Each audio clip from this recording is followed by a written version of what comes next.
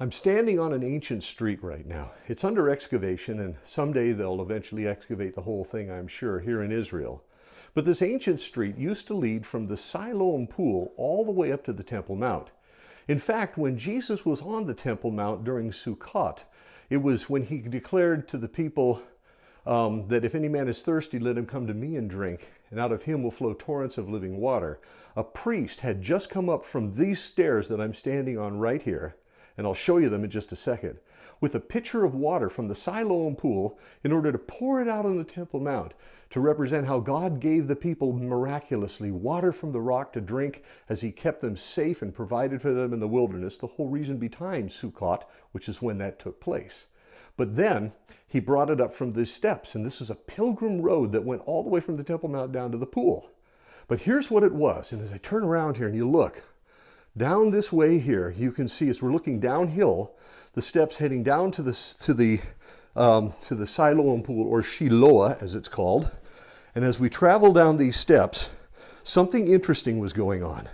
You can see down here they put some glass and a light, and you can see there's a drainage underneath the steps. And it's visible because the rocks have been pulled up. This was recorded for us by Josephus. Of course, Josephus is not a Bible writer. He was born about the time that Jesus rose from the dead. But he was a Roman, he was a Jew, and considered a Roman collaborator. But he was an eyewitness to the siege of Jerusalem. And one thing that he mentioned here in his books, The Wars of the Jews, was this road that I'm standing on, that you're seeing right now, that you're walking on with my camera, and how the Romans heard during the siege of Jerusalem a little rustling and talking below the steps where they were occupying this as part of their siege. And then down here, as you can see, this drainage, apparently the Jews were trying to escape through here because they were desperate. They had become so desperate down there, it was almost cannibalistic. It was a terrible, terrible scene up in Jerusalem with the Romans surrounding it.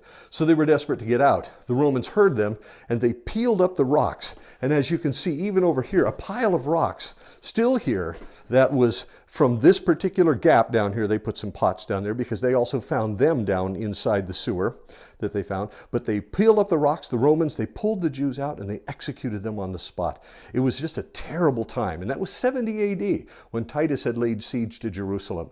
But what you're looking at here is a witness to history that, again, even though Josephus was absolutely not a scripture writer and didn't write the Bible, he did record the siege of Jerusalem and the destruction of Jerusalem and the temple in 70 AD that Jesus predicted, and that was predicted even by some Old Testament prophets in a less direct way. But here it is, prophecy fulfilled, the siege of Jerusalem, the destruction, and you can see it right here. It was just a terrible time for those people. And now it's been unearthed, and now you can see exactly how history unfolded so long ago.